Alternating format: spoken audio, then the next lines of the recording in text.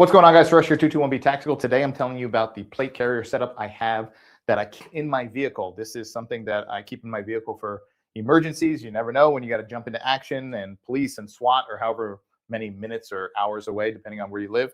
So it's just something I've had in my truck now for many years. I keep it there just in case, and I'm going to go over it. I've done videos on this before, but I'm going to go over some of the things I've added to it just because over the years, in my training, I've kind of made some changes. So I'm going to share all that with you and tell you why everything is set up like this. For those of you who don't know, my name is Suresh Madhaven, and I am the founder and CEO of 221B Tactical. I'm a 13-year law enforcement veteran. And over the last 20 years, I've spent over $100,000 of my own money traveling across the country and around the world, training with some of the top operators out there.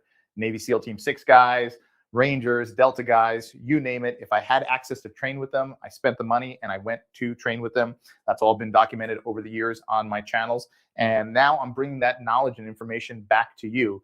One, to our 221B Tactical community, because keeping you mission ready is more important than any gear you can buy. So sharing that with those of you in the 221B Tactical mission ready community, but also for those of you who are not part of the community, sharing this knowledge with you because some people don't have access to that kind of travel and spending on that kind of money to go and train with some of these guys. And maybe you see some of them, you follow some of them, but actually getting on the range with them and spending a couple of days with them is a different story. So if I could share some of that with you, that's great, and making you more of an asset and less of a liability as a man. That's what the whole thing's about. So I'm going to get right into this plate carrier.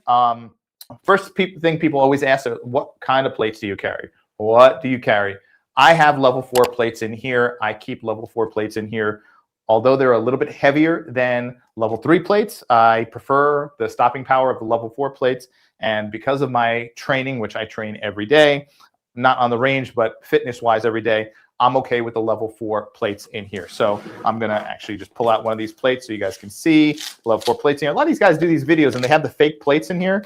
And I don't know why. They have the foam plates. I don't have any plate backers. I just have the plates, and this is a real level 4 plate that I have in here. So I have the level 4 plates front and rear, no trauma plates or anything like that. And that's how I run this plate carrier with the level 4 plates.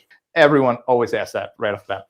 Second thing people ask is, what plate carrier is that? This is the 221B Tactical QRF plate carrier. This has been my plate carrier for many years. Shortly after it came out, I was using another company's plate carrier that was excellent, and you guys have seen that in some of the older videos. Then I switched to the 221B Tactical QRF because I helped design this one. And this has our max drive ventilation panels inside for breathability, so you're not dying of heat and sweat. And then also has extra padding and ventilation on the shoulders, has a wider shoulder strap for more comfort, more weight distribution. And to me, has the elastic cummerbunds here. So this is really comfortable wear. When you are creating a setup like this, I would say the most important thing is the comfort, because if something goes down and you got to put this on, the last thing you want to be worried about is how uncomfortable you are or how heavy it feels or how you can't move in it. So comfort is key when it comes to this. So spend money on quality, whether it's 221B Tactical or whatever it is you buy. I don't really care. Make sure it's something that's comfortable and it conforms to your body, fits you well, and that if you're going to have it on for an hour or 2 hours, you're going to be comfortable. Moving to the front, I have the pistol holder up top. People always ask, why do you have the pistol holder up there? I've spoken about it in prior videos. When I'm on my everyday errands going around, I have my pistol on me. As most of you know, it's Glock 19 in my Kydex appendix holster. If an event were to occur where I now needed to go to my truck and put this on, when I put this on, it has a little dangler pouch in the front, and you're going to see that here. And that is where my first aid equipment is, and that's where my backup pistol holsters are. And I want quick, fast access to that stuff.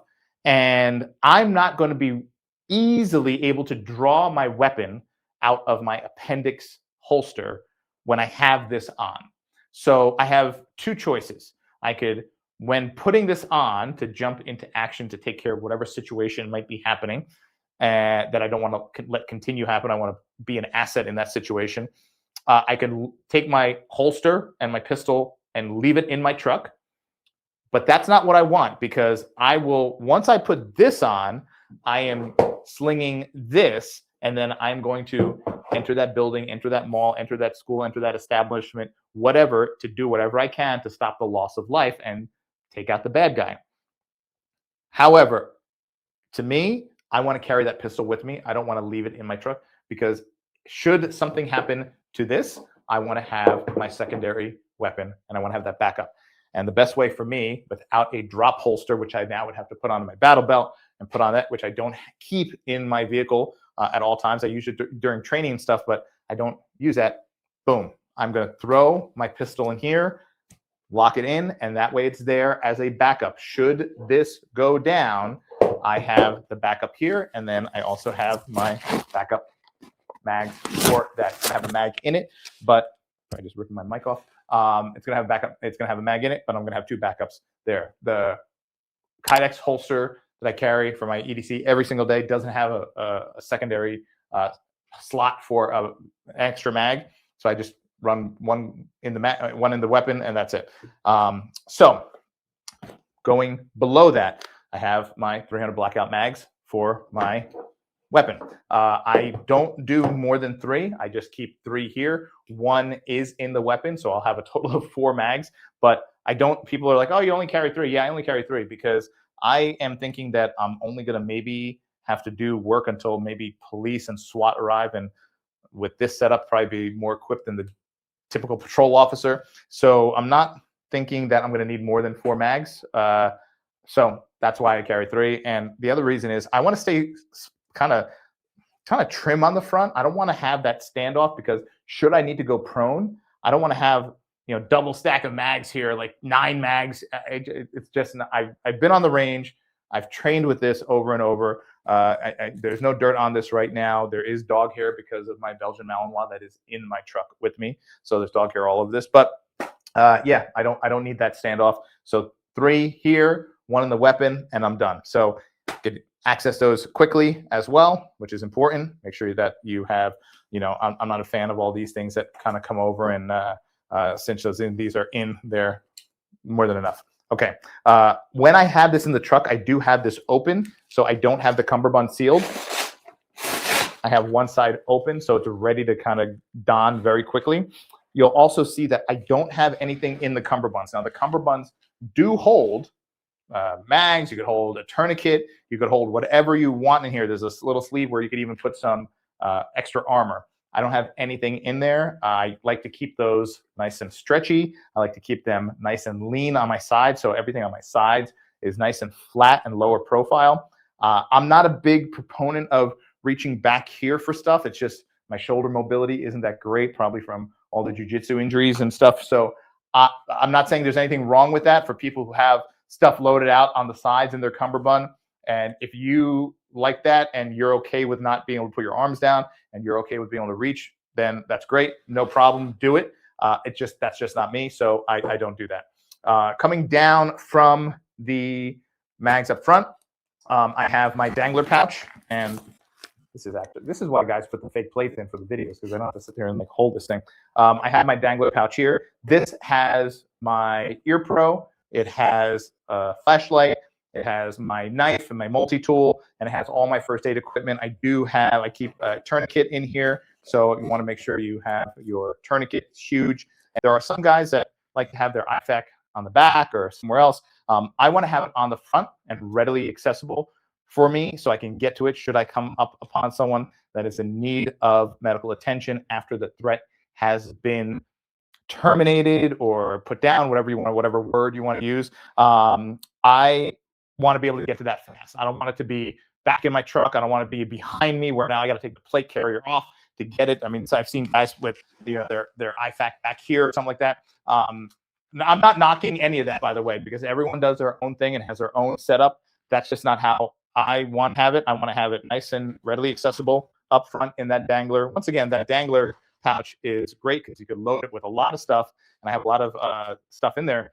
But if it's anywhere else, it's going to be harder to access. And of course, it's another reason why you won't be able to access your pistol from the appendix carry with that there too. It'd kind of be in the way. And if you need to get to that fast, you don't want to be fighting through this to get to it. And then, of course, like I said, I have my backup pistol mags here, which are in the case that this goes down. I want to have some ammunition to stay in the fight. That's it. That's it. Pretty basic. Like I said, I keep it very clean, very slimline, very basic. I don't think there's anything crazy ninja here. And that's my recommendation.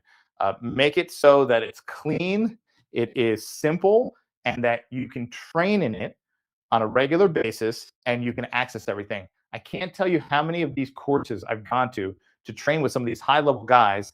And there's these guys that you can tell they got money.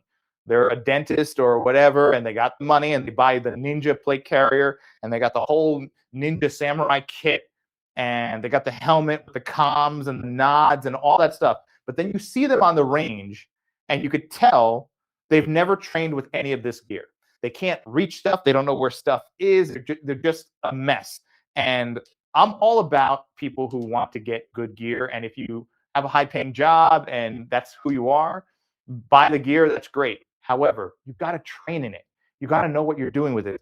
I can put this thing on with my eyes closed and I know where everything is with my eyes closed because I take the time to train with it. That's the number one thing. I don't care how much money you spend on your stuff. If you have a weapon but you can't shoot that weapon worth of shit, what's the point of having a $5,000, $10,000, whatever it is? To me, it makes no sense. So the same thing goes for your kit. If you're going to have a setup for in your home, in your vehicle, I don't care where it is, make sure you put some reps in with it. Know how to get it on fast. Know how to get it off fast. Know where everything on it is and how to get to everything quickly and comfortably for you, for your body type, for your level of training experience, whatever it is. Everything you see here is, once again, my personal preference. I'm not sitting here telling you that you have to do any of this. You could do none of this. All I'm saying is get it set up the way that you operate. And based on how I operate on a daily basis with the weapon I carry on a daily basis, this fits into my lifestyle and my readiness setup, if you would. And yours might be different or it might be similar. So that's it. If you have any questions, drop them in the comments below. Answer every single question, either myself or my team. And that's it. That's why we're here, part of the Mission Ready community, not only for the 221B Tactical family, but people in general, guys who want to learn more about being an asset and not a liability, to be a better protector and guardian of their family and those around them.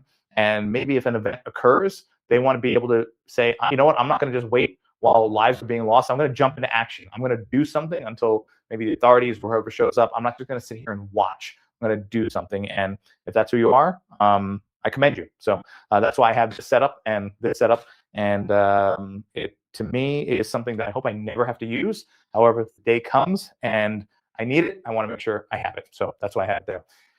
Staying mission ready helps you eliminate the impossible. And that's what we're all about at 221B Tactical. If you like gear, you want to check out some of the other stuff we carry, head over to 221B Tactical, check it out, buy my shit. It's really good stuff. And if not, listen, just get something that you will use, that you're comfortable with, and that you will train with. That's the most important thing. All right. Thanks for watching. Remember, always watch their hands, watch your six, and you get home safe. Make sure you're liking this video, subscribing to the channel. There's so many people who watch these videos, and we come to find out when the team is doing the analytics that they're not subscribers. So please, if this video just popped up and you see these videos all the time, just make sure, just check, are you subscribed? If not, would really appreciate it if you hit that subscribe button. Would mean a lot to us and the whole team here. And of course, sharing this video. Sharing is a very powerful thing here on the channel. So if you found this video helpful, you want to share it with someone, one of your bros, one of your coworkers, whatever, your neighbors, share this video with them. Really appreciate that as well. So like, subscribe, share, all that stuff, all that fun stuff. Thank you for watching. I'll see you next time.